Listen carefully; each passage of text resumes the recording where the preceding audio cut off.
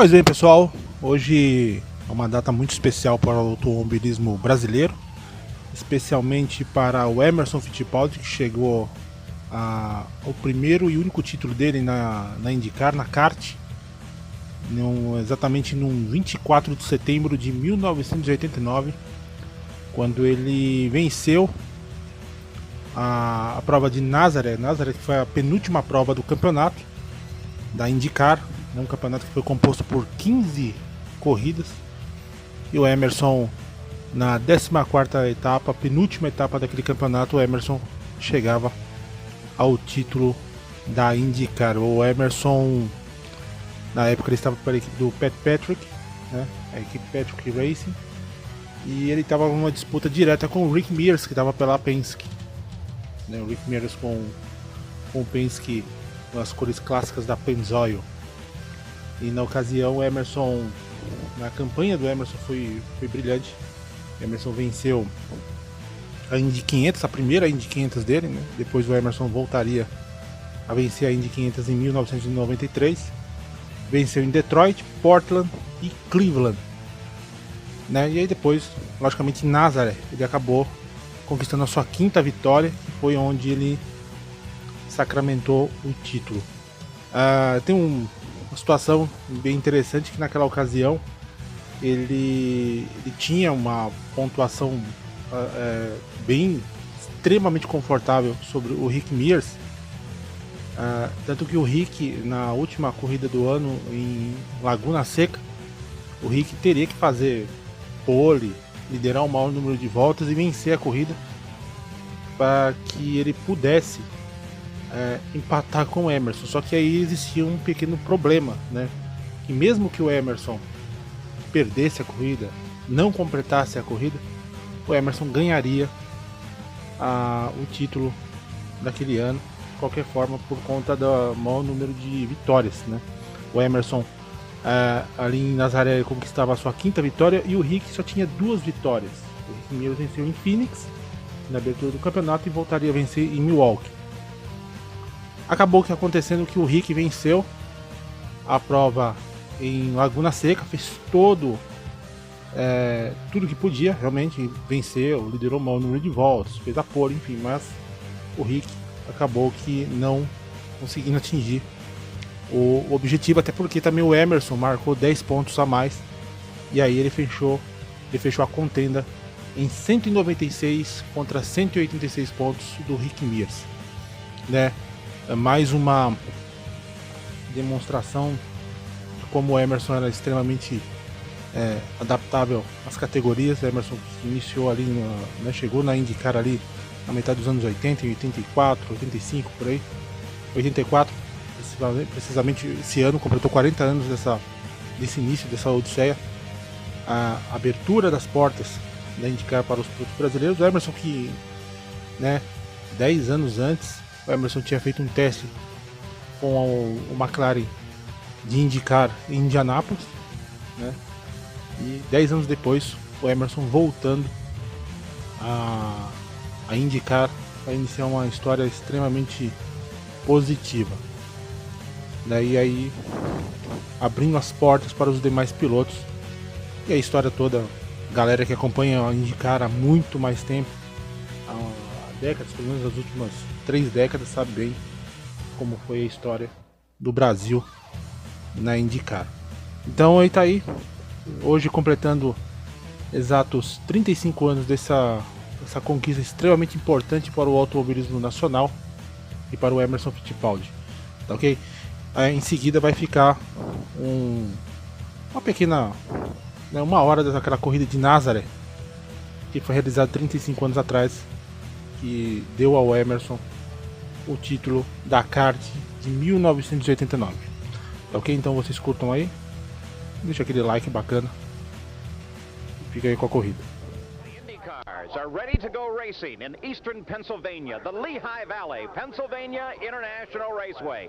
It's a spectacularly beautiful day today. The forecast is great throughout the afternoon, but it hasn't always been so. The remnants of Hurricane Hugo rolled through this area Friday and Saturday and rained out almost all of the practice, and in fact the teams qualified their cars this morning. But we do expect a great race during the remainder of this day. Hello, I'm Paul Page, and the IndyCar Championship is very definitely on the line here. There are 4 drivers who could come away as the PPG IndyCar World Series champion. Of course, at the top of the order is Emerson Fittipaldi. Very close behind is Rick Mears. And then there is Teo Fabi and Michael Andretti. The fight is definitely on. There is the real possibility that Fittipaldi could wrap up the championship here. But there is also the possibility that the others could move forward and send the shootout to the final race of the season at Laguna Seca, California. Now, let's check in on the Fittipaldi situation. Here is Jack Arute.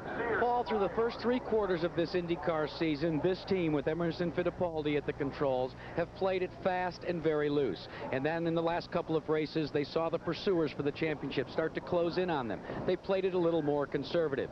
2 factors have not been lost on this race team coming into this race at Nazareth. The first, that they've never finished better on a 1-mile oval than in 3rd position. And the second, and most important, is that they could indeed wrap up the championship here today. According to co-owner Chip Ganassi, that has prompted them to make a change in their tactics over the last couple of races. They say, we're going to go and do what we know best. We're going to go back again and play it loose and very fast and let the points fall where they may in terms of who pursues Emerson Fittipaldi for the championship.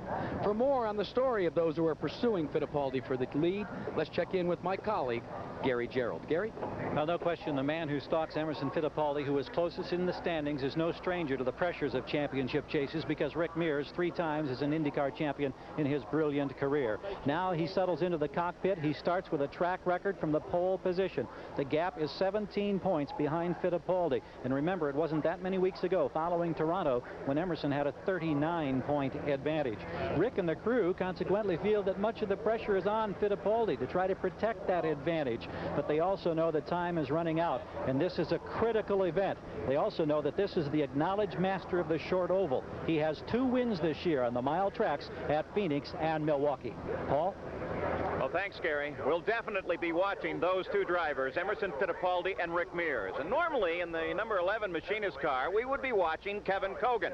But earlier this week, he was working on his house, fell off a ladder, damaged his right wrist. You can't drive. But that's our good fortune, because you can be part of the broadcast team here today. Kevin, it's a great fight for the championship. Yeah, it's going to be a really interesting race, and probably for the first time this year, Paul, a lot of the guys are going to be racing for the championship and not for the race itself. Some will be more conservative, and some might take more chances. Now, the other 2 drivers in that championship fight are, of course, Teo Fabi and Michael Andretti. What do you think of their chances? I think that Teo is probably tended to be more conservative than Michael will be. Both of them don't have a great deal to lose by going for it, but I think out of the 2, Michael Andretti will be the one who goes for it the most. Well, the common challenge for all of the drivers is this 1-mile track, the fastest 1-mile track in the world, that is Pennsylvania International Raceway. It's very tight, very quick. A lot of drivers say it's very much like a road course. 200 laps, 200 miles to determine the winner at Pennsylvania International in the Bosch 200. At Nazareth, Pennsylvania, 21 Indy cars sit silent for the moment on the pit lane. But in just a moment, the stillness will be broken. Gentlemen, start your engines! Well, with that, here we go. We're going to start to watch them roll. Procession of pace cars. Lights are on. We got a beautiful afternoon for a drive at the Pennsylvania countryside. The fastest lap ever, I believe, on a mile track. We saw it earlier this morning. Now, instead of one car going 174. Up and down the line now, the teams indicate that they're set and ready to go. The smiling eyes of Rick Mears, the pole sitter, as he is prepared to lead this field out. 200 miles lie ahead, and the very real possibility of deciding a championship here today. Let's look at the starting field. On the pole with a new track record and one step closer to winning all 3 of the 1-mile ovals this season is Rick Mears. Emerson Fittipaldi, the man who's looking for his championship, sits alongside, but as Jack Arute told you, he's never finished better than 3rd on a 1-mile oval. The second row is Teo Fabi, who finished in the top 5 in the last 5 races, including a win at Mid-Ohio. And Danny Sullivan, who starts on the outside of the second row. He is the defending champion here. The third row, Al Unser Jr., all of his career wins have been on road courses. And Scott Pruitt to the outside is a respectable 8th in the point standings. The fourth row is Derek Daly with a 10th place finish in his only IndyCar race here at Nazareth. And Michael Andretti, who won the first race here on the paved Nazareth International.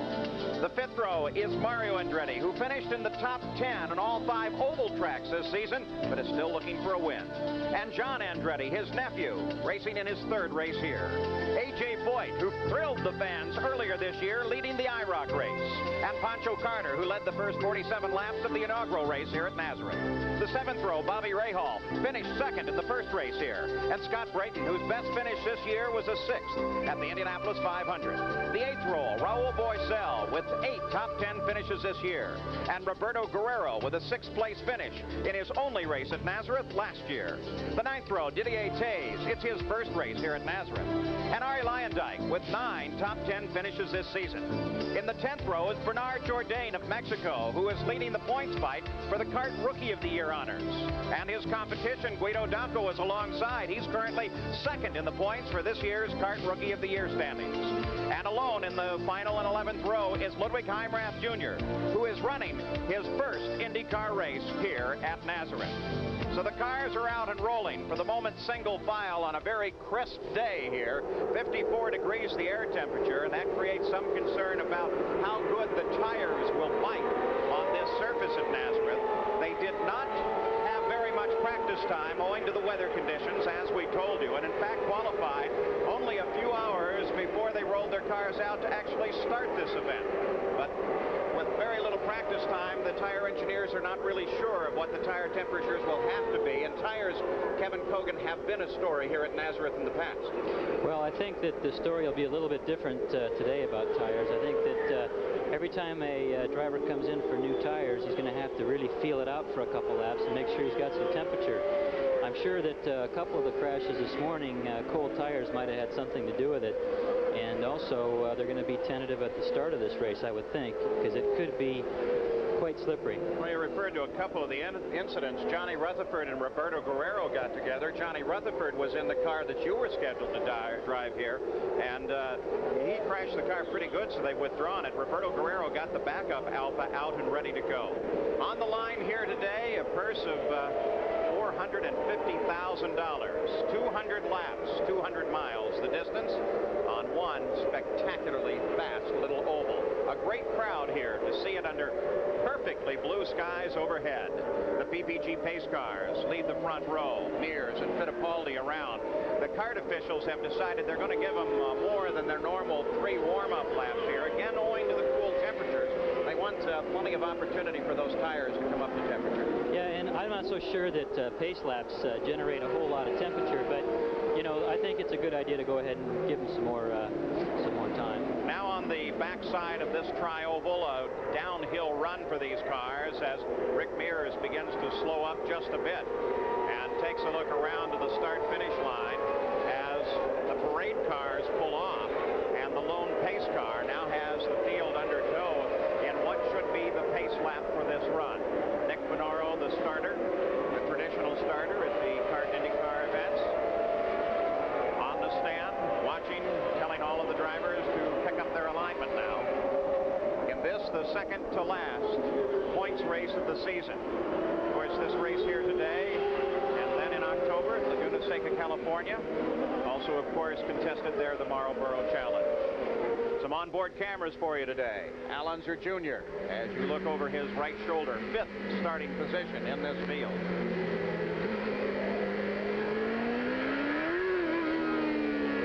And Bobby Rahal, back further in the field, will start 13th.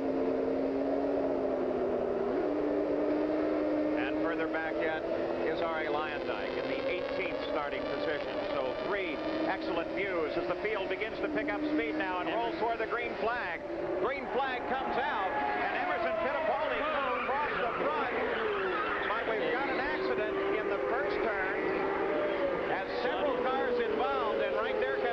talking about tire temperatures. Yep, that's exactly what it was. John Andretti got a little bit wide, and looks like is that John Andretti? Yeah. And Didier Tays, his teammate, also got caught up in it, but he was on the tail end of it. Pancho Carter also there. 4 cars actually involved in this situation. A great misfortune, both of the Granatelli cars. Take a look. You can see one of the Granatelli machines loses it. That's John Andretti, and he was just a little high, and the tires are cold, and well, I'll tell you just can't be too careful in that situation. So 4 cars right on the first turn. Kevin, here's a different angle. Oh, he actually might have been touched. Possibly by another Andretti. Well, all 3 of the Andrettis qualified right together, Mario, Michael, and John. You can see the one car, the Alfa of Roberto Guerrero, comes to the inside, the other 3 up against the wall. Let's go to Jack Arute. Well, I'm here with John Andretti. John, a short day, but what happened?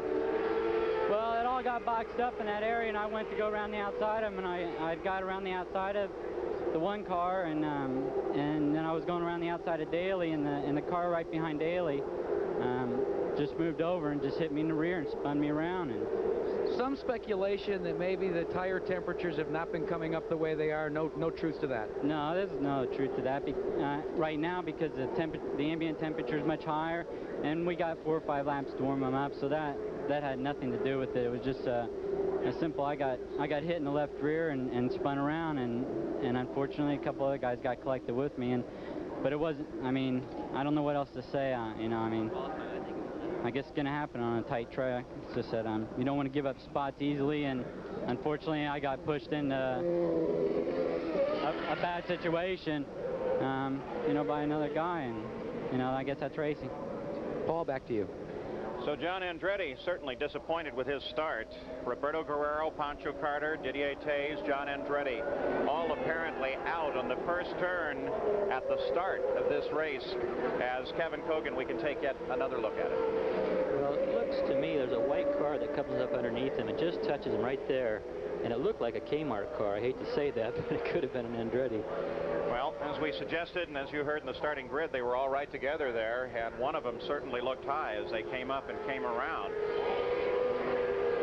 So as a result of this, the yellow flag flies at Nazareth. The field has to slow down quite a bit, but slowed down more than anyone else is the 14 car, the Copenhagen machine of A.J. Foyt, who apparently has some mechanical problem that's brought him to a stop on the course, and he will pick up the advantage of this yellow because he does have the opportunity to get that car restarted. It looked, Kevin, like he may have come down behind the field and gotten bottled up under the yellow and had to stop completely, and then the engine stopped on him. Yeah, he obviously something slowed him down, but it couldn't happen in a worse place, because he's not going to get towed back to his pit in any big hurry right now. Well, one of the great ideas here is a warm-up lane that Rick Mears helped design into this race course. It's a separate lane alongside the course. They're using it now. We'll be back. We're back at the Bosch Sparkplug Grand Prix, Nazareth, Pennsylvania. 18 laps are completed, all of them under yellow. This is the rundown, and that order established right at the start of the race when Emerson Fittipaldi swept across the front of Rick Mears and picked up the lead. Yeah, I was really surprised, because Emerson's the one that has the big point cushion, and he doesn't need to be as aggressive as Mears, and he really aggressively took that start and passed him going into one.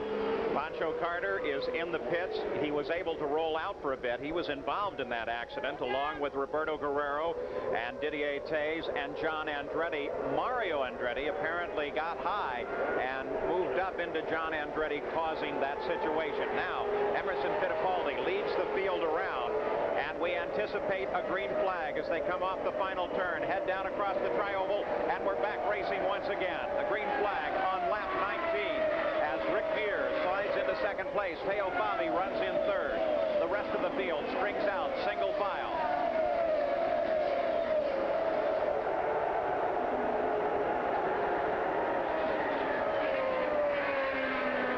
Fittipaldi begins to pull just a bit away. The challenge comes from Teo Fabi now as he begins to pull up behind Rick Mears. Allenser Jr. runs in fourth place. In fifth place is the Kentuckian Danny Sullivan, the defending champion at this event, as well as the defending PPG Indycar World Series champion. But Emerson Fittipaldi, very aggressive at this moment, running out in front. Yeah, Emerson is doing a fine job. His car looks very, very stable. He's driving like he has all year. Seems very smooth and very aggressive. But it is a little bit surprising. He, as you suggested, doesn't really have to go for it. He could rest on his laurels this race. But of course, the indication was that they would probably go just as hard as they could. Yeah, it seems to be that that's their game plan, and they're sticking with it because with that kind of a point lead, if anybody was going to hang back a little bit and watch things develop, you would think it'd be Emerson. Update on the situation with Pancho Carter. His car is still in the pits. John Barnes and that crew on the Hardy's machine brought the car in, thought that they had most of the damage to the nose fixed. But then Pancho went out and took a few laps under yellow and brought the car back in and has now climbed out of his machine. He is, after all, 16 laps behind the leader. Lap 23 now goes into the record book for Emerson Fittipaldi. They're averaging just over 164 miles an hour each of these laps. Yeah, and it looks like Emerson and Rick are pulling away a little bit, so you know that their pace is very, very strong. And they are pulling away just a little bit from the rest of the... You got a glimpse of the fight back in the field. Danny Sullivan, right behind him is Scott Pruitt and Michael Andretti as they begin to close just a bit. But Rick Mears closes up on the leader. Fittipaldi works his way around this circuit with slower traffic lying just ahead. And now will have to set his rhythm to anticipate the slower cars that he will encounter as he works his way around this course. That's Heimrath Jr. just ahead of him. And Rick Mears closes in, comes up to the high side, and tries to challenge Fittipaldi. Now, this is going to be the situation all day long. It's very difficult to pass slow cars, and you can outbrake somebody at this track because you actually do have to use the brakes a little bit. So every time that happens, it gives Rick a chance to get up behind Emerson and make a shot at him. Ludwig Heimrath Jr. heads for the pits. Whatever was the problem that caused him to be a bit slower, he's decided needs some attention of his crew as he brings that machine in. The fight continues at the front, and as you can see, it has closed up just a bit as Rick Mears begins to close in, and Bobby closes in as well. Yeah, Teo's caught up. When Emerson had that trouble with the traffic, it allowed everybody to bunch up behind him a little bit, and it's kept it fairly close. As a matter of fact, Al Unser Jr. is closing in behind Teo Fabi as well, as there we get an idea of what the front five looks like, rounded off by Danny Sullivan in his #1 Miller machine. So Teo Fabi trying to pull away, but you ride on board now with the 4th place car. That is Al Unser Jr. It's a very busy track. If you'll notice, there's no break in between turns. They're just turning, turning, turning all the time. On the backside now, you can listen to the engine rise and fall. No gear changes here, Kevin. No gear changes here at all, but the car does come down very low in RPMs, and you actually almost come off the cam because it's such a tight turn going into turn 3. On board, the 4th place car, Al Unser Jr. Not a factor in the championship fight anymore, but would like to get the nemesis off his back of having never won an IndyCar race on an oval. All of his victories have come on road courses, and now Fittipaldi continues to engage back markers in the field, and in doing so does have to take some chances. Look at that. Yeah, it's actually, this is uncharacteristic. This is going to be an interesting race because he's decided to go for it. That's obvious. And everybody else, Teo knows he's in the championship. He's not backing off. He's right behind Rick Mears. So Rick and Fittipaldi work their way past Bernard Jourdain. Al Unser Jr. closes in behind Teo Fabi as well. Teo is taking a look at the inside line as Rick continues to try to catch up to Fittipaldi at the front of the field. It's developing behind Teo that there's a heck of a race going on with Al Unser Jr. Little Al closes right in behind Teo. You're on board with Little Al right now. For a second there, I thought he had him. Yeah, even I'll tell you what, Scott Pruitt's in this fight too. There's about 4 of them now that are going at it tooth and nail. As they engage the slower cars, that gave several drivers a chance to close in. So now it's Teo Fabi, Al Unser Jr., Danny Sullivan, Scott Pruitt, and Michael Andretti all lined up. You're riding with the second car in that string. Rick Mears and Emerson Fittipaldi have pulled away again just a bit. The battle is here for 3rd place. They're not pulling away much because this battle for 3rd place is running very, very strong. I don't think they're going to drop back very much. So the Porsche, the Quaker State car, Teo Fabi, being chased by that Chevrolet Power and Al Unser Jr.'s car, who would really love to see another win this season and would really love to get one done on the oval. Of course, we have two different activities here. We have the championship fight, which goes on through the entire season, but begins to pull down to a focal point in these, the last races. And then there, of course, is the fight for the race itself. Teo Fabi drops to the inside, gives some racing room to Little Al as they come around Ari Leyendijk's Provini car, and the positions remain the same. Good move by Teo, though. That was a fantastic move. Very smart. He's a very smooth driver, too, and very aggressive. Teo Fabi paces himself, and as you watch, you can just get a sense of the rhythm that they have to set. Again, they come up behind Heimrath, and Little Al grabs the outside and gets past. And Danny Sullivan closes in and tries Teo as well. There's Sullivan, and right behind Sullivan is Pruitt. Well, let's see if Teo maybe was holding up Little Al a little bit. Seems like Sullivan got by also. So might have been. If in fact, where he's running on the course, you'll see that Teo's running down a little bit off of the line on the turn exits. So he may be experiencing a problem. He might have had a handling change. I'll tell you, at this track, the smallest thing that happens to the car will create a handling change, and then all of a sudden you have to back off, take it easy, and maybe adjust it in your next pit stop. So you don't want to give up much ground, though. Quaker State Porsche was running in third, and then both Allinger Jr. and Teo Fabi passed by Little Al, and then by Danny Sullivan. Now he seems to be holding his own. We come back to the front of the field. Emerson's pulling away now. He's actually opened up quite a gap between himself and Rick Mears. Interesting contrast between the first and second place car. They are both PC-18s. They are both Chevrolet powered. Fittipaldi's purchased from Roger Penske, the owner of Rick Mears' car. And then, of course, a lot of adjustment done on that car. Fittipaldi's wife, Teresa, continues to cheer him on as Emerson Fittipaldi runs in the lead. We'll be back. Spark Plug Grand Prix, Nazareth, Pennsylvania, where Emerson Fittipaldi has taken control of this race. He did so at the start on the green flag, but then a four-car accident took out Pancho Carter, Didier Tays, John Andretti, and Roberto Guerrero. They brought out the yellow for a good 18 laps, but when the green came out again, Fittipaldi just moved back into the lead and began pulling away. He's really the key factor in this race as he slices his way up through the field. He's lapped most of the field at this point, Kevin. Yeah, he just lapped, put 2 laps down on Bobby Rahal, which is surprising. He's lapped almost everybody up to, he's even lapped Danny Sullivan. So just Rick Mears and Allinger Jr. remain the same lap with Emerson. Only 3 cars on the leader lap, but running in traffic, Rick Mears has been able to close in. He had dropped about 7 seconds behind the leader, but now Rick has closed up to within 2 seconds of Emerson Fittipaldi. As you ride on board with Bobby Rahal back in the field and several laps off of the pace. He's closed up on Emerson, but he has a lot of cars between himself and Emerson. I think he's got, about 3 cars that he has to get by, and every single one of them is fairly fast. So this might work to Emerson's advantage. He has an Andretti and Rahal between him and Fittipaldi. Rick Mears in that yellow number 4 Pennzoil machine is pulled up right behind our camera car, Bobby Rahal, and is looking for an inside route to try and thread down the inside of Rahal and continue his pursuit of Fittipaldi. Yeah, actually right now it seems that Rick can't get by any traffic, and Emerson now is clear. So let's see if he's able to pull it out again. Looks like he is already. Rick Mears had struggled, was able to close up to within a second and a half of the leader, but now is bottled up in traffic. Let's go to Jack Arute. Well, we checked with Team Penske as to just how Rick Mears' car was operating. Richard Buck here calls the shots for the team. He said that actually they're very pleased with the way the car's handling. They're very concerned about traffic.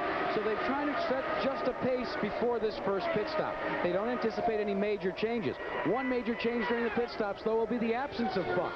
He will not be going over the wall because at Elkhart Lake, Wisconsin last week, after the car had completed its rounds, when they were loading it out of the trailer, he was hit by a passenger car and wounded one of his legs. So filling in for him, changing the tires, will be Rick Reineman, who is a crew member on the team and also crew chief on Al Unser Sr.'s car when that car runs in the 3 500-milers. Some crews that might be a factor, but there is so much depth in the Penske team that the fact that Buck has to stay behind the wall for a day doesn't impact him at all. And as Jack Arute suggested, Reineman is very, very strong, takes over the 3rd car when Penske runs 3. Rick Mears running very fast, but at the moment unable unable to catch Fittipaldi. He has now dropped to 3 seconds behind Fittipaldi. The rest of the order remains static. Al Unser Jr. is third, fourth is Danny Sullivan, and fifth is Michael Andretti. Let's go to Gary Gerald. Paul, the stopwatch here tells the story. 6 minutes, 2 seconds for Teo Fabi in the pits. We'll reach up here and get a word with Derek Walker. Derek, initially it was brakes. Was there something more than that? Well, initially we lost the brakes for a while there, and then we had a vibration, and now the handling's a little bit going away on us, so we don't really know what the problem is, to tell you the truth. Does this effectively now end your hopes for getting this championship this year? Well, no, the race isn't over yet. We're still hanging in there, but obviously it makes it pretty tough. A lot of disappointment down here, Paul. Remember, Teo Fabi scored more points since Indianapolis than any other driver in the ranks, and he spent over 6 minutes in the pits. Paul? And still great spirit out of Derek Walker, the team manager on that Quaker State Porsche, who has brought that effort so far along this year in such a short period of time, leading up to their success with a victory at Mid-Ohio. That's really been a remarkable effort. They've made some tremendous gains, and in the engine department, and also the team itself has just been getting slowly better and better all the time. The engine, I think, improved significantly sometime around Michigan, it seemed, this year. Yeah, they came up with a new engine configuration. They say that they don't actually, Walker, Peter Parrott, that crew, know very much about the engines. They just ship them over from Stuttgart, Germany, from Porsche, and it's a modular replacement. They plug them in and say, how does it work? And they, of course, take the telemetry and the data. You also saw a moment ago, Teo Fabi, always the Italian gentleman, saw Rick Mears in contention pull up behind him and gave him way on the course so that Mears could continue his pursuit of Emerson Fittipaldi. Now Mears pulls up behind Leyendijk. Leyendijk running down in 13th place right now. Well, he pulled over that time, but there's no race car driver alive who's always a gentleman, Paul. Rick Mears constantly in touch with his crew, and this is one of the teams that has telemetry that will tell them about the car, and perhaps even more important on some occasions, what the fuel load is. So they are watching Rick Mears' fuel load at this moment in the Penske pits, because they're approaching a time now when pit stops should be a matter of consideration. Already Bernard Jourdain has rolled in and out of the pits, making a routine stop. Not a factor in the front of the field. He's running 15th right now. And Rick Mears, trying to close on Emerson Fittipaldi, is still running well back from the leader, Fittipaldi. No battles at the front of the field. Everyone is strung out. They seem to be playing it very safe at this point. Well, I'll tell you, you just mentioned the pit stops. That'll be very critical here, because just a few seconds in such a very short track and very low lap times is going to make a big difference if you have any kind of problem whatsoever on the outcome. Let's expand on that a little bit. This track is uniquely different from almost anything else that we see. The entrance and the exit to the pits is actually over on the back straightaway. They're time consuming. A lot of tracks you're able to duck into the pits at the last minute, keep your speed up until you're just at the pit entrance, and then duck in. And at this track, you have to slow down considerably on a very narrow road into the entry of the pits, and exiting the same way. You have to go in a see it right there. There's Rick Mears as he heads into the pits. At a very slow speed. He has to really slow down on that little tiny road. Running in second place. So Mears, with the help of telemetry, rolls toward the Penske pits. Here's Jackaroo. The team is waiting for Rick Mears. Raul Boisel goes out back on the racetrack as Mears comes to a stop at Team Penske's lead pit. The jack is up, the fuel going in. They are going to change all 4 tires. Rick Reineman, as we said, replacing Richard Buck on the right front. Buck taking up Reineman's normal position, holding on to the starter should Mears stall the car. 14-second pit stop, and Mears is off and away. Rick Mears in and out, lap 77 miles, his stop. And Al Unser Jr. comes into the pits, as does Arie Leyendijk. Here comes and the leader, Emerson Fittipaldi, also rolling down the pit road and breaks to a stop in the Patrick pit. Here again is Gary. Well, we've got little Al Unser in, Paul, and it looks like routine service as he hit that critical mark right on the target. They make the tire change, and they're under 14 seconds as we go to Jackaroo. And Gary, Emerson's Fittipaldi team is going to work. They're going to change all 4 tires. A fairly long stop for Fittipaldi, gets it back in gear, and he's off and away. But a little bit longer than Mears or Al Unser Jr.'s stop. Our clock shows it. It's 14.9 seconds. The Patrick Racing Team stop for Emerson Fittipaldi as he roars out of the pits. All of these stops being made under the green flag, and most of the rest of the field coming in. Derek Daly in, Scott Brayton is in, Michael Andretti is in, Cars all making what appear to be routine stops as Emerson Fittipaldi comes around the circuit. And with those stops, Danny Sullivan picks up the lead of the race, but then Sullivan makes his stop as well. So Fittipaldi comes back to the lead here at Nazareth. With the stops being made, all of the crews did a pretty nice job of it and maintained their position. Danny Sullivan lights the tires, rolls out of the pits as well, but Emerson Fittipaldi is still the dominant factor here at the Bosch Spark Plug Grand Prix. We'll be back. At the Bosch Spark Plug Grand Prix, I'm Paul Page with Kevin Cogan, Jack Arute, and Gary Gerald, and Emerson Fittipaldi's lead has now been cut just a bit by Rick Mears, who has closed in. He was riding 6 seconds back and now closes to within 3.5 seconds of Emerson Fittipaldi. So we understand from the report out of the Penske team, you heard it from Jack Arute, that they are simply trying to set a pace. But on the backstretch, Bernard Jourdain gets into trouble. Quick spin on the backside, took the wing down. Car appears to still be under power, but I'm not sure all the wheels are pointed in the same direction. Well, this gives Sullivan a chance to catch up back to the back of the field instead of having Emerson breathing down his throat to try to put another lap on him. Actually, I think we're going to take a look at this crash. There you see Jourdain right in front of Sullivan. Yeah, he just got into his air. You could see it, that he was right under his wing, and that's all it takes, is just to have that air robbed from you for just a second. That little vacuum area behind the car in front of you will take the air off of your wings, and when it does it, you're no longer biting the track. There is Bernard Jourdain, Mexico City, Mexico, as he rolls into the pits and lets the crew take a look at that car. At least he was able to drive it there. Handy little job of saving it. The track is not that wide, only about 50 feet in that area of the course. And Fittipaldi, with Rick Mears lined up behind him, continues under the yellow flag. They'll have to check the backside of the course for debris and, of course, get that damaged wing off the track, look for any other problems. So we'll be yellow for just a few minutes here, and this will come at a most opportune time for a pit stop to be made under the yellow. The teams for all of the cars are anticipating stops. Tail Fabi's already dropped in and out of the pits, as has Arie Luyendyk, but the leaders should be making a stop shortly. We'll be back with more from the Bosch Spark Plug Grand Prix right after this. We're back at Nazareth, and Rick Mears in second place has peeled off of the order behind the pace car and heads down for some Penske service. Let's go down to the pits now. Well, Paul, what they've done is they've determined that they think they can go the distance. Rick Mears is the first of the leaders to pit. Emerson Fittipaldi, on the other hand, was trying to see just how long this caution would go. They've exchanged 4 tires. They filled the tank with fuel. Now remember, this team has the onboard telemetry. There was a miscue on changing the left front tire, but really no major problem because it was under caution. They've got the onboard telemetry, as we said. They have determined that they feel now they can go the distance based upon the mileage that they've been generating. For Fittipaldi, they're getting ready to pit right now as we speak. Pretty gutsy chance that they're going to take there, because I think they'd be right on the edge of it. Emerson Fittipaldi accelerates now on the pit road and rolls down toward the Patrick Racing team. I think Emerson is, coming up to the challenge of Rick Mears of kind of a guess to think that maybe. Let's go to the pits again. Here's Jack. And Emerson Fittipaldi, seeing the move by Rick Mears, has decided to bring his car in, regardless of the number of laps left. They filled the tank with fuel. They've had a very quick stop. They've exchanged the tires, and he's off and away. A quick stop under caution, but again, the envelope as far as fuel consumption, if they can go the distance, it remains to be seen.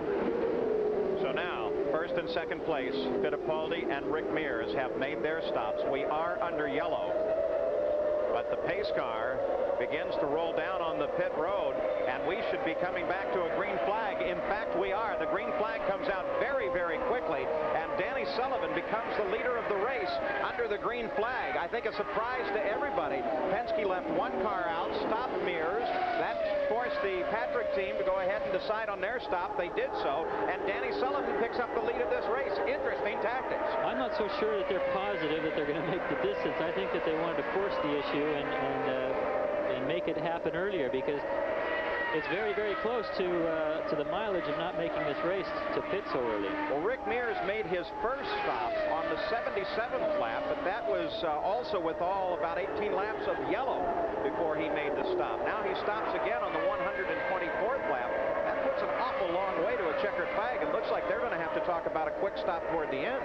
It's amazing to me that Emerson followed that, but he almost had to because it was under yellow, and they haven't had too many yellows so far. So I think they had to do the same thing so that if they can go the distance, that he'll be right there with them. This is a play for the championship, not for the race necessarily. Danny Sullivan becomes our third leader of the day, out in front of the field now by 6 seconds over the second place car of Rick Mears. But Danny has to pit, and now he might be pitting under green, and this could cost him a lap. And when he does pit, little doubt that he will give the lead over to his teammate Rick Mears, who is chasing Danny now down as fast as he can, but Mears is having to handle up some slower traffic on the field. Mears is running now 8 seconds behind the leader of the race. They turn the laps very, very quickly here at Nazareth. Now 129 miles, 129 laps complete. And Danny Sullivan runs in front.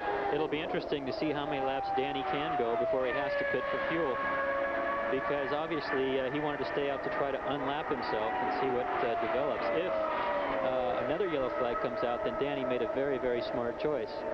So Danny Sullivan out in front of the field. We mentioned that tires have been a concern here in the past, and certainly a concern with the cold temperatures here today. Let's get an update now with this track back.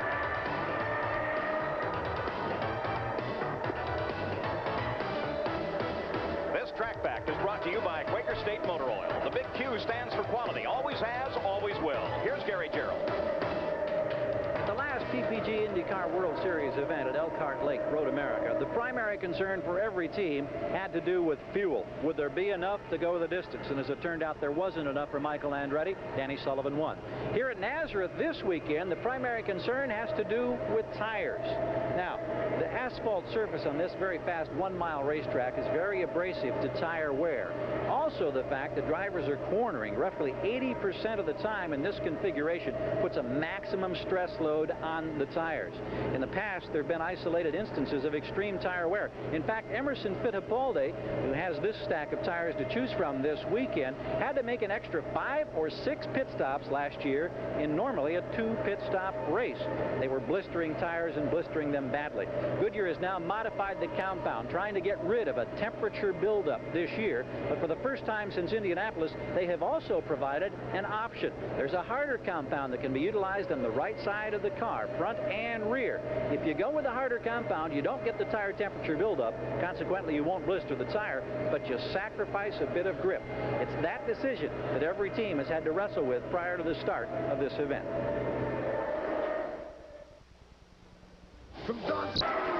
We're back at the Boss Spark Plug Grand Prix. Danny Sullivan is still out in front of this field, but we anticipate a pit stop by the Penske team to bring the leader, Danny Sullivan, in there. He slows on the backstretch, a long run into the pit as he comes around and now comes onto the front side of the facility, accelerates once again and streams down toward the pits. Let's go to Jack. And Paul, this should put to rest any sort of supposition about team tactics. Rick Mears is embroiled in the points chase, having to watch his teammate Danny Sullivan lead this race. Sullivan comes in, takes on fuel. They push the outside of the envelope as far as they could. This indeed will be their final pit stop. They've changed tires. They take on a full load of fuel. The Miller High Life team is off and away with Danny Sullivan at the controls. But in doing so, Rick Mears picks up the lead. And as a matter of fact, if Danny doesn't really light the wick on that, there is Rick coming by on the outside, and Rick Mears screams past Danny Sullivan, picking up the lead of the race. Emerson Fittipaldi should be closing as well. Sullivan may have been able to maintain position, but I suspect with that slow windup that he is going to fall a little further backwards when the order sorts out at the start-finish line once again. So Rick Mears is now the leader once again here at Nazareth, and that fight for the championship continues to stay tight. It's the nature of this track, Paul, that it just takes a lot longer getting in and out of these pits, and he probably wouldn't have gone a lap down to Rick if it was a different racetrack. We're talking about people surprised that you can go a long distance on a 1-mile oval without a yellow. Well, we've seen Milwaukee a number of times go flag to flag without a yellow. These little bull rings, as so many of us call them, are some of the best racing that the Indy cars have to offer. There, Rick Mears got caught a little behind Teo Fabi, who was running off off the line and slower, and Danny Sullivan comes in to challenge Rick Mears. Not a challenge for position. Danny actually dropped back to 4th place when he made that stop. He's simply trying to get his lap back on the leader, Rick Mears. Yeah, Danny very much wanted to pass him there because he does need to get in front of him, because if a yellow flag was to come out any time now, he's going to still be a lap down to Rick unless he can get in front. Then he makes that lap back up and comes around from behind. Danny Sullivan comes to the inside. That's Michael Andretti, that white number 6 Kmart car that sits just ahead of Sullivan. Michael's playing a very conservative race, probably actually driving just as hard as he can, trying to stay in the fight here. Rick Mears still the leader of this run, 6 seconds ahead of Emerson Fittipaldi. And Mears now encounters slower traffic. Bobby Rahal in the Craco car runs just ahead of him. And a whole line of slower cars that Rick will now have to thread very carefully through, including the much slower car of A.J. Foyt that sits up in the high line. Actually, Michael Andretti told me this morning he wasn't all that happy with the handling of his car in qualifying, so I'm sure he is trying as hard as he can to stay, and he has stayed most of the day right around 5th or 6th place. Very partial crowd here at Nazareth. Of course, the hometown of the Andretti family. Both Mario and Michael make their home here. And when Michael won the inaugural race on this track in the IndyCars, he was loudly cheered. There goes Sullivan picking up Michael Andretti, actually picking the lap off of Michael. Not a battle for position as he continues to try and chase Rick Mears and get his lap back from Rick. The order is Mears, then Fittipaldi, then Al Unser Jr., and Danny Sullivan, then Michael Andretti, Scott Pruitt in 6th. Mario Andretti is back in 7th. Bobby Rahal is 8th. 9th is Derek Daly, and 10th is Scott Brayton. You know, Paul, I've been watching after these series of pit stops. You know, Rick was actually pulling away from Emerson Fittipaldi quite a bit. And now Emerson has pulled up. Since Rick has gotten bottled up in this traffic, Emerson Fittipaldi now is catching him, and just at the tail end of this group of cars. Watching from the 8th place car of Bobby Rahal, there comes Danny Sullivan across. Let's just watch and listen. You can hear the engine rise and fall.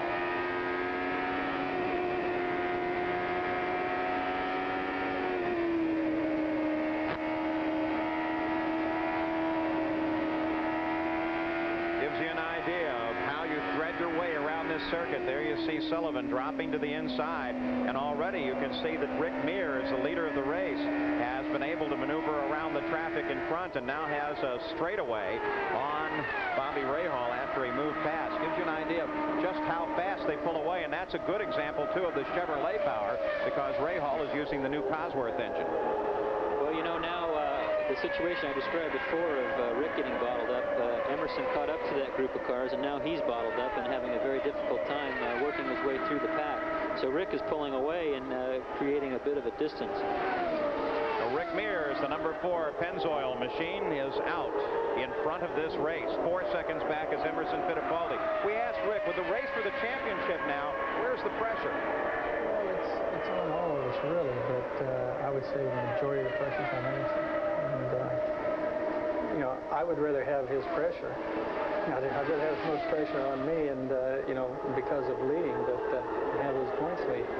But I think that's where the pressure is when you're leading, and, you know, it's kind of like the last 3 laps of a race when you start hearing noises that aren't there, you know, in your race car when you're coming close to the end and you're leading the race. So it's kind of like that. I think it's more in your camp than it is second and third guys are, you know, they're coming up. They know what they've got to do. They're going to go out there and run as hard as they can, try to win the race, try to gain the points. And it's, you know, it's real cut and dry. There's little question that the pressure is incredible here at Nazareth. The fight not only for the race itself and its $450,000 purse, but for the PPG IndyCar World Series Championship as well. We'll be back.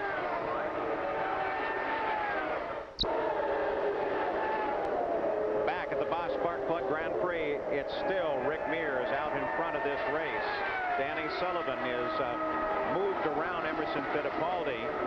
Fittipaldi runs in second. Rick Mears is the leader. They are the 2 contenders in the points fight. Fittipaldi leads the points at the moment. And in fact, even on the position on the course, if the race were to end right now, Fittipaldi would still be the points leader and win the championship. But of course, there is yet one more race to go at Laguna Seca, California. A magnificent road course. Lots of nice elevation changes. I think every driver that races there absolutely loves that facility, and it's a beautiful venue for the final race of the season, and the one that may in fact determine the championship. But this one is not over yet. As you can see, Emerson Fittipaldi continuing to be very, very careful. He cannot afford any mistake at this point. Yeah, and the person he's having the trouble with is Rick's teammate. He's been right behind Danny for quite a few laps now, and of course Danny is running full speed trying to stay in the hunt for this race also, but Emerson has got to be very careful. We've been focusing on the front of the field, of course, because that's where the battle has been. Rick Mears leads it. Second place is Emerson Fittipaldi. This is the third place car, Al Unser Jr. He's been pacing himself very carefully. He's been staying out of most of the fights and has maintained this relative position through most of the day. Danny Sullivan, with his pit stop, dropped out of the lead and back into fourth place, off of the leader's pace. And in fifth place is Michael Andretti, who we've mentioned several times. He's probably going just as fast as he can, but the car not carrying a pace that can keep up with the PC-18s. Those two magnificent chassis, one in the hands of Rick Mears and one in the hands of Emerson Fittipaldi. Leaving now third place, back to the front of the field, the number 4 Pennzoil car. A.J. Foyt continues to run slow on the high side of the course, and Rick Mears has a 10-second cushion over Emerson Fittipaldi. The question, though, remains about a possible final stop in this race. Very carefully, they're monitoring through some telemetry the fuel load on Rick Mears' car, and the two-way radio contact back and forth constantly between Mears and the pits discusses that fuel situation. That's almost a constant stream of verbal communications, as well as the telemetry, as Rick Mears comes around Al Unser Jr. and puts little Al yet another lap down. Al's still in third place, but now he's gone a lap down to the leaders. Gives you an idea of how fast first and second are really traveling. Average speed of the race has picked up considerably to 132 miles an hour. A.J. Foyt finally decides it's appropriate to bring that car into the pits, but rolls on past his pit and makes a turn back to the paddock area, so A.J. Foyt pulls out. Well, if the race were to end right now, that's the way the points would look, with Fittipaldi winning the championship. But of course, there's one more race yet to go at Laguna Seca. Teo Fabi is out of the running at this moment as they put his car back into the paddock area. So Fabi, who had a chance to be in that fight, now retires. Was running in 16th position as his car came into the pits and was pushed back toward their transporter to make the long cross-country trip now over to Monterey, California for the Laguna Seca race. Very frustrating for Teo, because they know that they were well into the hunt for the championship points to finish in the top 3, and now they end up with nothing. And it was difficult when a car handles bad to stay in the race, so I'm sure it was very disappointing for the team. Well, as Derek Walker and Peter Farrard said, it was almost a story almost too good to be true that they were that close in the championship coming into the start of this race. They really seem quite happy with the progress they've made. They've probably made more progress in the second half of the season than any other team. They were struggling at the beginning of the year, and the car always seemed to handle well, but the power wasn't there. And now the power seems to be very strong, challenging the Chevys on an equal basis. Rick Mears' lead now begins to dribble away as he has to fight with this slower traffic. And he is now down to only 4 seconds over Emerson Fittipaldi. So Rick Mears still leads it. We suggested to you Teo Fabi is out. Now he's with Gary Gerould. We know that the championship is over, as you mentioned, for this team, and what a Cinderella story it would have been. This is your first did not finish since Indianapolis, and I know you chased at first a variety of problems. You thought it was brakes, but what else?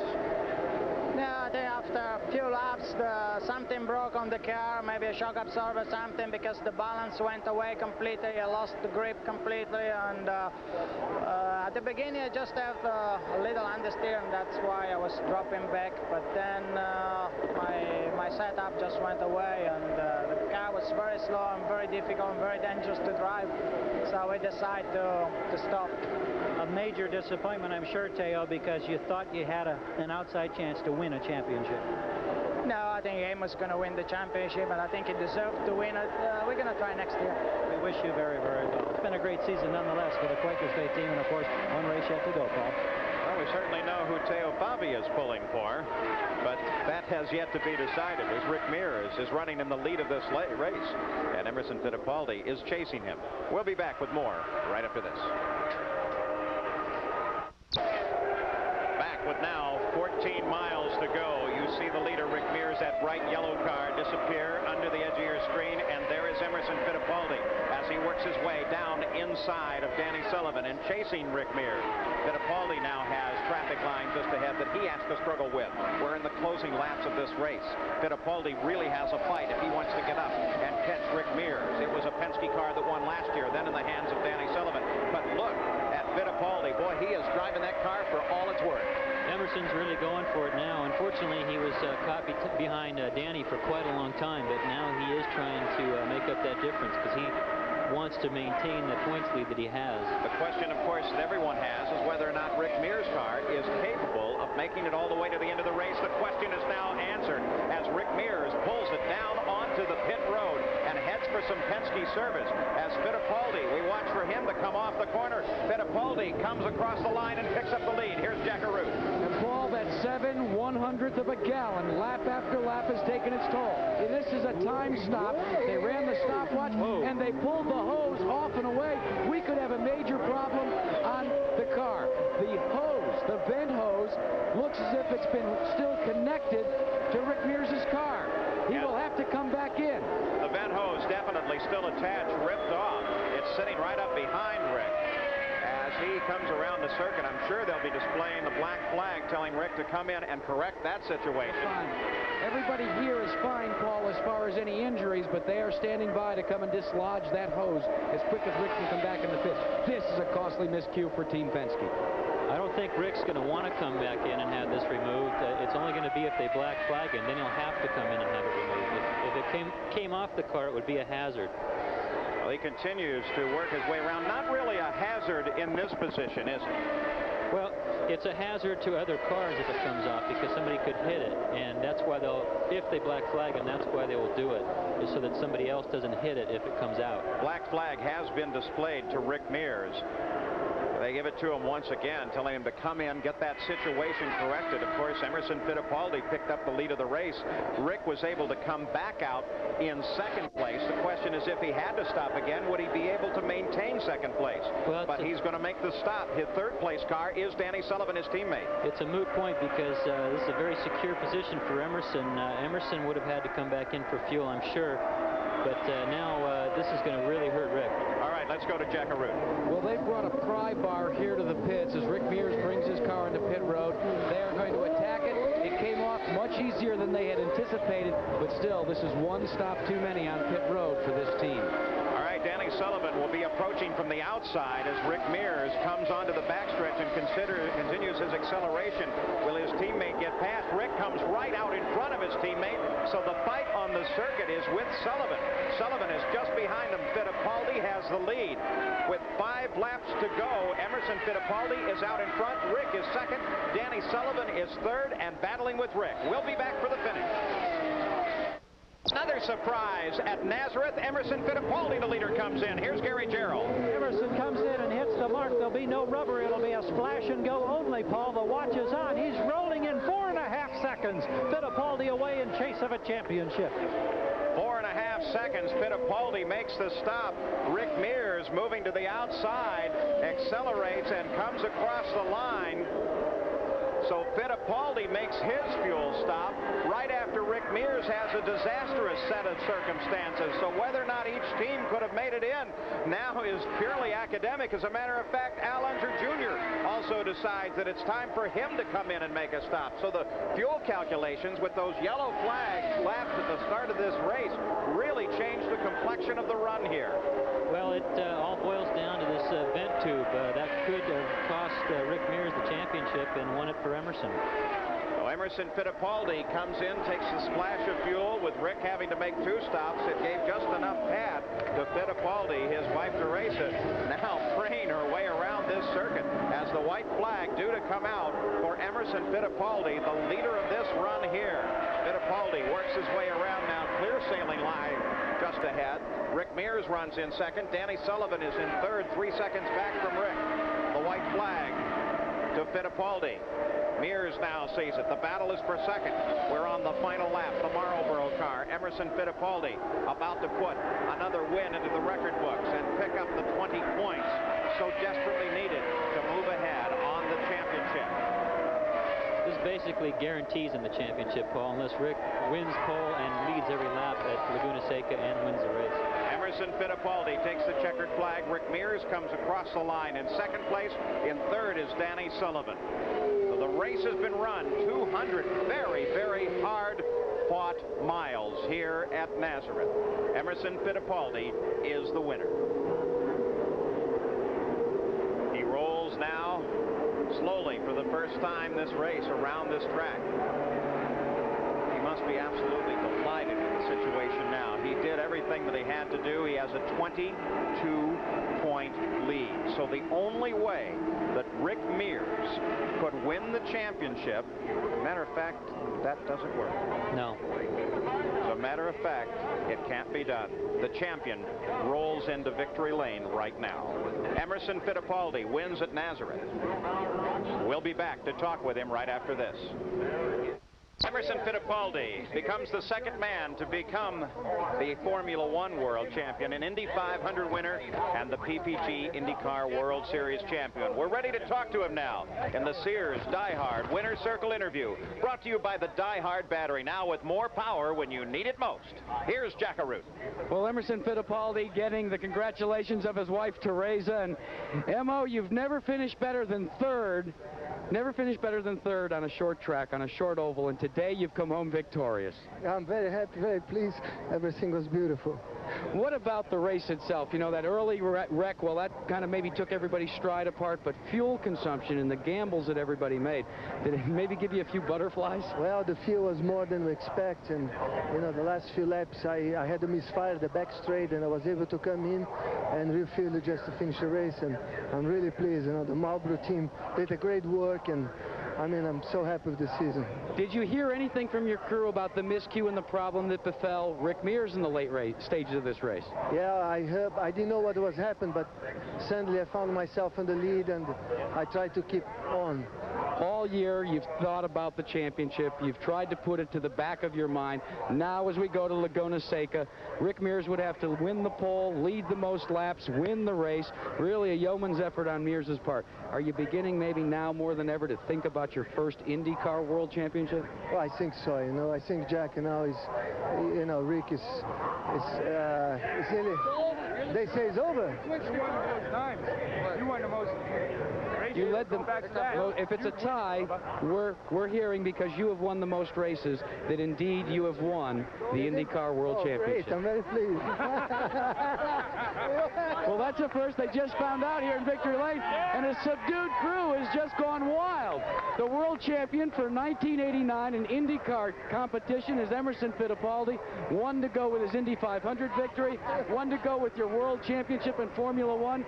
You've done it all now, Emo. No, I'm very pleased. You know, it's really a great emotional moment for me. Well, this is an emotional moment in Victory Lane, but another sort of emotional moment is further down pit road, and to cover that is Gary Gerald. Gary? Well, indeed, Jack. It's somber down here at this end of pit road, but yet I think there's a certain satisfaction, because what had once been a 39-point lead for Fittipaldi shrunk to 17, and until the final laps of this race, Rick Mears, it looked like you definitely were still in the championship hunt. This has got to be kind of tough to take. Well, it really is. I tell you, the Pennzoil car was working fantastic. You know, I mean, I had a little bit of push in traffic, and that's why I had to kind of take my time through traffic until I found some areas to get around people with. And once we did that, the car just ran great. The Chevy, I mean, the car was very strong. Chevy ran strong all day. So, you know, we finished second. I kind of messed up here in the pit at the end and tried to get out too quick, and that killed us. What happened in that particular situation? The vent hole actually tore loose. Did you get away too soon? soon? Was there miscommunication or what? Yeah, I thought I heard go, and you know, in the excitement, all of it, I think I just got over anxious, you know, and I dropped the clutch and left, and they weren't unhooked yet. So, you know, just nothing I could do about that. It's just too late then. As you look at this season now and try to assess what kind of year it's been, and with the problems that Teo had today and Michael Andretti down behind you, it looks like second place in the standings is where you and your crew will end up. Well, it's, you know, second's nice, but we sure really would have won it. And, you know, it's been a good season. I can't complain. I tell you, these guys have done a tremendous job with this car. It's never missed a beat all day, you know, in most all the races, and just, you know, it's been good. So can't complain. We got to take what we've got. We'll get after it next year. Were you aware on the radio that there was a problem with the vent hose, or did you have to wait until you saw that black flag? What was that situation? Yeah, I didn't have any idea until I saw the black flag, and I didn't know what it was until I came in. Well, Rick, I know it's disappointing, but in a sense, it's still a great year for you and your crew, and I think there are going to be a lot of years left for the Rocket here. Well, we got a few left to work on, I think. There's still a smile there as we go back to Jack Arute. Well, Gary, a man that really has accounted for a lot of the championship auto racing teams as far as where they've come from its inception, a world title for Pat Patrick and the Marlboro team. Pat, congratulations, even though you get to go to Laguna Seca now with a virtual lock on it. Well, thank you, Jack. It was a cliffhanger for a while, wasn't it? You know, I can remember all the way back to Portland, Oregon, when you guys came off of the win at the Indianapolis 500, and you guys were still playing it fast and loose, really trying to run to the front. And did the pressure ever really get to you? Because you've been in this hunt before. Well, we're always fast and loose in racing, Jack. That's the name of the sport, but yeah, I think the pressure got to me. Sure it did. Well, I know one fellow the pressure did get to is the other co-owner of this team, Chip Ganassi. Chip, you've been a driver for so many years. Now you've got part ownership in this team, and lo and behold, you win the world title. I mean, you should have become a car owner a lot earlier in your career. What do they say, Jack? Timing is everything. I'm just happy to be a part of the team and be a part of the Marlboro team, a part of owning the car with Emerson.